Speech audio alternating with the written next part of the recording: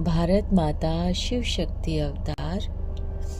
आज है 21/11/2024। Revise date है 31/10/1965। थे बच्चे, तुम बच्चों को यह नॉलेज अपने मित्र संबंधियों को जाकर समझानी है।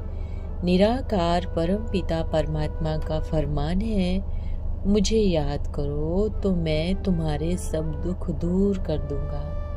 गीत है, इस पाप की दुनिया से कहीं दूर ले चल। मीठे मीठे बच्चों ने गीत सुना और बच्चों की बुद्धि में यह बैठा हुआ है, बरोबर यह कलयुग पाप की दुनिया है। सब पाप करते रहते हैं। सबसे जास्ती पाप कौन सा करते हैं? जो अपने बेहद के पिता को गाली देते हैं। कुत्ते बिल्ली कण कण में कहते हैं। बाबा तो बच्चों को कल्प कल्प आ करके गति सदगति देते हैं। जबकि पतित दुनिया को पावन बनाना होता है तब आते हैं। आकर बच्चों को आप समान बनाते हैं। बाबा में कौन सा ज्ञान है?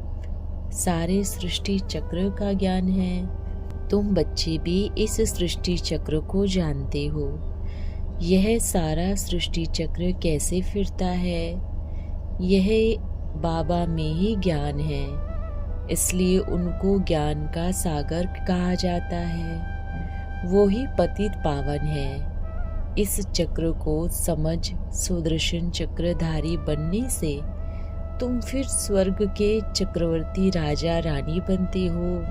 तो बुद्धि में यह सारा दिन चक्र फिरना चाहिए, तो तुम्हारे विकर्म विनाश हो जाएंगे।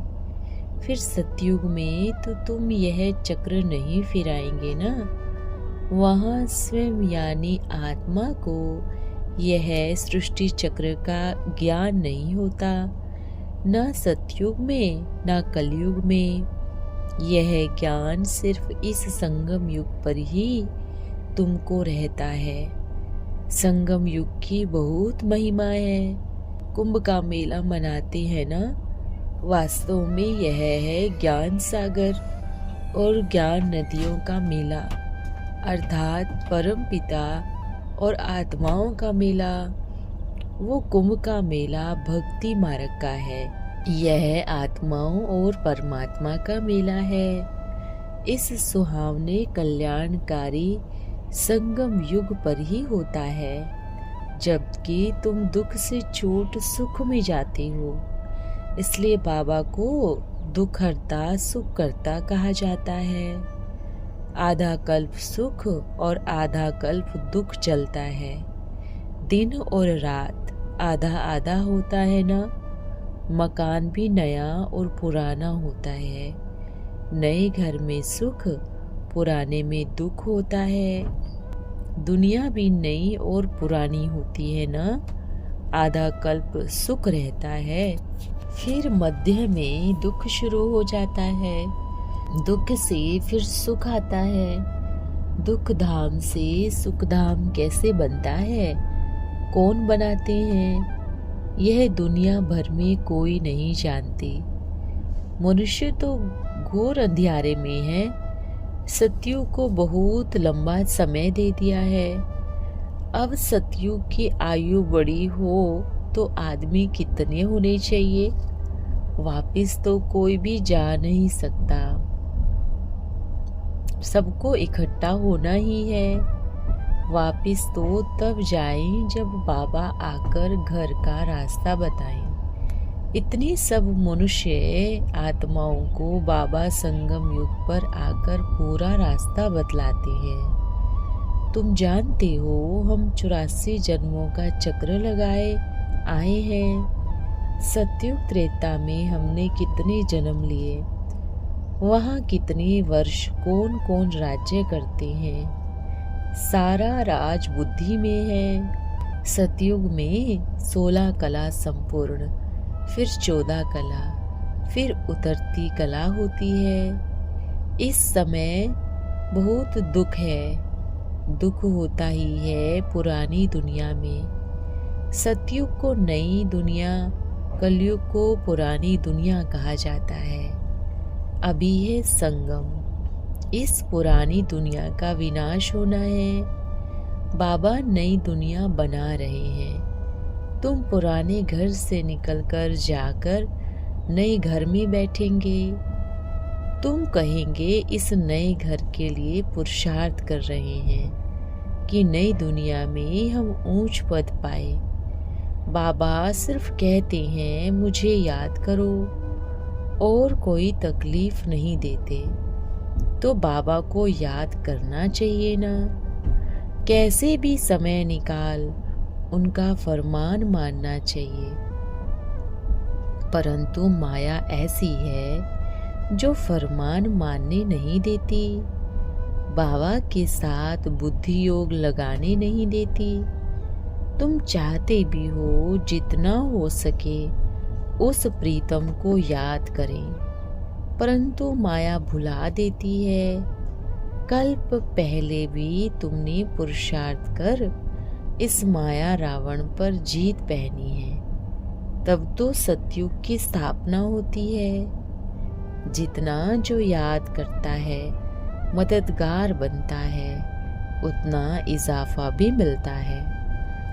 तो बच्चों को यह नॉलेज अपने मित्र संबंधियों को जाकर समझानी है। निराकार परम पिता परमात्मा का फरमान है, मुझे याद करो तो मैं तुम्हारे सब दुख दूर कर दूंगा। आधा कल्प के विकर्मों का बोझा सिर पर है, उसको भस्म करने का और कोई उपाय है नहीं। बल गंगा को पतित पावनी कहते हैं, जमुना आदि को भी पतित पावनी कहते हैं। जहाँ थोड़ा पानी का डुबका देखा स्नान करते रहेंगे, समझेंगे हम पावन हो जाएंगे, पाप कट जाएंगे। परंतु पानी से थोड़े ही पाप कट सकते हैं। यह स्नान करते करते तो सब पापात्मा बन पड़े हैं। साधु संत आदि सब पापात्मा है। पावन दुनिया है ही सतयुग। उनमें राजा रानी तथा प्रजा सब पावन रहते हैं। यहाँ है ही पतित दुनिया। सब पुकारते हैं, हे पतित पावन, आकर पावन दुनिया स्थापन करो। पावन दुनिया सतयुग सिवाय बाबा के कोई स्थापन कर न सके। तो यह है नई दुनिया के लिए नया ज्ञान देने वाला एक ही बाबा है। कृष्ण यह ज्ञान नहीं दे सकते। श्री कृष्ण को पतित पावन नहीं कहा जा सकता। पतित पावन तो एक ही निराकार परम पिता परमात्मा है, जो पुनर्जन्म रहित हैं, और गीता में नाम डाल दिया है कृष्ण का, जो पूरे 84 जन्म लेते हैं। कितना फर्क हो गया। लिखा हुआ है कृष्ण पूरे 84 जन्म लेते हैं, फिर कलयुग अंत में सावरे से गोरे बनते हैं। कृष्णपुरी को ही विष्णुपुरी कहा जाता है। कृष्ण की राजधानी अपनी, राधे की राजधानी अपनी, फिर उन्हों को आपस में सगाई होती है। कृष्ण और राधे कोई भाई बहन नहीं है। भाई बहन की शादी तो कब होती ही नहीं। यह बातें अभी तुम्हारी बुद्धि में टपकती रहती है। आगे नहीं जानते थे, अभी मालूम पड़ा है। राधे कृष्ण दोनों अलग राजधानी के थे, फिर सगाई हुई। वो ही फिर लक्ष्मी नारायण बने। स्वर्ग के पहले महाराजा महारानी, शहजादे शहजादी अक्षर से वह भाई बहन समझ लेते हैं। प्रिंस प्रिंसेस राधे कृष्ण ही गाए हुए हैं। उन्हों के माँ बाप का इतना ऊंचा मर्तबा नहीं है जितना राधे कृष्ण का है। उनके माँ बाप का तो नाम है ही नहीं। क्यों? उन्होंने जन्म दिया, वह तो बड़े होने चाहिए, परंतु नहीं। राधे कृष्ण सबसे ऊंचे है, उनके ऊपर कोई है नहीं। यह क्यों हुआ? इसलिए उन्हों का नाम जैसे कि है नहीं। राधे कृष्ण पहले नंबर में गए हुए हैं। फर्स्ट नंबर महाराजा महारानी यह बने। बहल जन्म माँ बाप से लिया, परंतु नाम इन्हों का है। यह बुद्धि में अच्छी रीति समझना है। जब यहाँ बैठते हो तो यह सुदर्शन चक्र फिराते रहो। इस चक्र से पाप भस्म होते हैं, अर्थात रावण का सिर कटता है। यह सतयुग त्रेता का चक्र है ना। हम पहले सो देवता थे, फिर सो क्षत्रिय, वैश्य, शूद्र बने, अब फिर ब्राह्मण बने हैं, फिर हम सो देवता बनेंगे। बाबा ने ओम का अर्थ भी समझाया है। ओम का अर्थ अलग है, हम सो का अर्थ अलग है। शास्त्रों में एक ही कर दिया है। वो समझते हैं ओम भगवान, फिर आत्मा सो परमात्मा, परमात्मा सो हम आत्मा कह देते हैं। यह उल्टा ज्ञान है। बाबा समझाते हैं ओम अर्थात हम आत्मा है और परम पिता परमात्मा की संतान है। मैं भगवान, यह कोई ओम का अर्थ नहीं है। हम आत्मा निराकार हैं। हमारा बाबा भी निराकार है। साकार शरीर का पिता भी साकारी है। हम परमात्मा की संतान हैं, तो हमको स्वर्ग की राजधानी जरूर चाहिए। वह तो हमारा पिता है ना। बाबा हमको स्वर्ग का वर्षा देने आए हैं। आधा कल्प बाद फिर रावण श्राप देते हैं, तो तुम दुखी तमो प्रधान बन जाते हो। फिर बाबा आकर सदा सुखी बनने का वर देते हैं। ऐसे नहीं कहते कि चिरंजीवी भव, नहीं, कहते हैं मुझे याद करो तो इस जन्म सहित जो भी जन्म जन्मांतर के पाप हैं वे भस्म हो जाएंगे। इसको योग अग्नि कहा जाता है। रावण राज्य में सबको पाप आत्मा जरूर बनना है। कोई पवित्र आत्मा हो नहीं सकती, पतित और पावन आत्मा ही बनती है। परमात्मा थोड़ी ही बनता है, वह तो सदैव पावन है। वो सबको पावन बनाते हैं, पतित बनाते हैं रावण। फिर बाबा आकर पावन बनाकर पावन दुनिया का मालिक बनाते हैं। सतयुग में विकार होते नहीं, वह है ही संपूर्ण निर्विकारी दुनिया। तब तो देवताओं के आगे जाकर गाते हैं ना, आप सर्वगुण संपन्न। यह महिमा शिव के आगे नहीं गाएंगे। जो देवताएं पवित्र हैं वो ही फिर अपवित्र बनते हैं। पतित से पावन, पावन से पतित बनने का यह दुनिया में खेल है। बाबा सुख धाम बनाते हैं, रावण फिर पतित बनाए दुखी कर देते हैं। शिव को कहते ही हैं बाबा, वो तो पिता है ना, हम हैं सालिग्राम। रुद्र पूजा में भी एक बड़ा लिंग बनाते हैं, तो बाप शिव, हम बच्चे सालिग्राम। यह भी तुम जानते हो।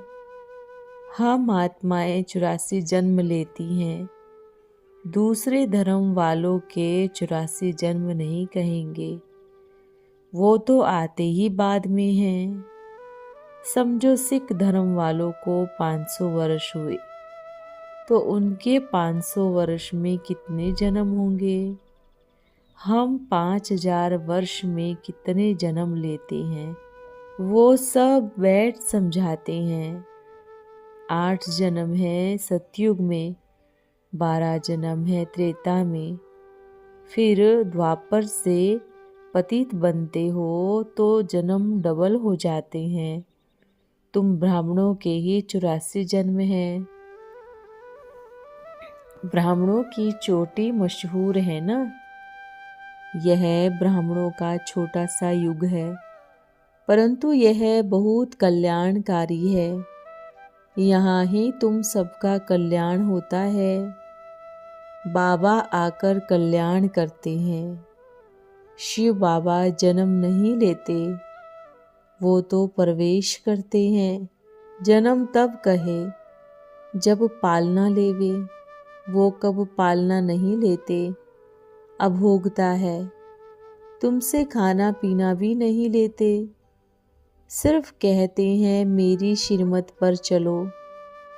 स्वर्ग के तुम मालिक बनो, मुझे तो बनना नहीं है, मैं अभोगता हूँ। तो समझना चाहिए बाबा हम आत्माओं को समझा रहे हैं। आत्मा ही समझती है। आत्मा ही बैरिस्टर व इंजीनियर आदि बनती है। मैं फलाना हूँ, यह आत्मा ने कहा ना। मैं सो देवता था, 8 जन्म लिए, फिर हम सो क्षत्रिय बने, 12 जन्म लिए, फिर मैं पतित बनता हूँ। बाबा कहते हैं बच्चे आत्माभिमानी बनो। यह समझने की बात है ना। आत्मा कहती है हम सतयुग में थे तो हम महान थे, कलयुग में महान पापात्मा है। साधु संत आदि कोई भी महान आत्मा नहीं है। सबसे महान आत्मा है एक परम पिता परमात्मा। वह सदैव पवित्र है। यहाँ तो मनुष्य सदैव पवित्र रहते नहीं। सदैव पवित्र फिर सुख धाम में रहते हैं। त्रेता में भी कुछ कला कम हो जाती है। अभी हमारी चढ़ती कला है। हम स्वर्ग के मालिक बनते हैं। फिर त्रेता में आएंगे तो 2 कला कम हो जाएगी। 5 विकारों का ग्रहण लगने से काले हो जाते हैं। अभी बाबा कहते हैं इन 5 विकारों का दान दो तो यह ग्रहण उतर जाए। फिर तुम सत्युगी संपूर्ण देवता बन जाएंगे। पहले पहले देह अभिमान छोड़ो, काम विकार दान में दो, अंत में आकर नष्टो मोह बनना होता है। अभी तुम आत्माओं को स्मृति आई है कि बरोबर हमने 84 जन्म भोगे हैं। द्वापर से पतित बनते हैं, इसलिए सब दुखी हैं। क्या राजा रानी आदि बीमार नहीं होते होंगे? यह भी दुख हुआ ना।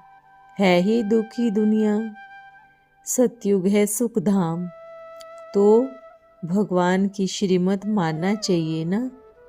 बेहद के बाबा की मत जो न माने उनको महान कपूत कहा जाता है। कपूत बच्चे को बाप से क्या वर्षा मिलेगा? सपूत बच्चे वर्षा भी अच्छा पाते हैं। जो खुद पवित्र बन औरों को बनाते हैं।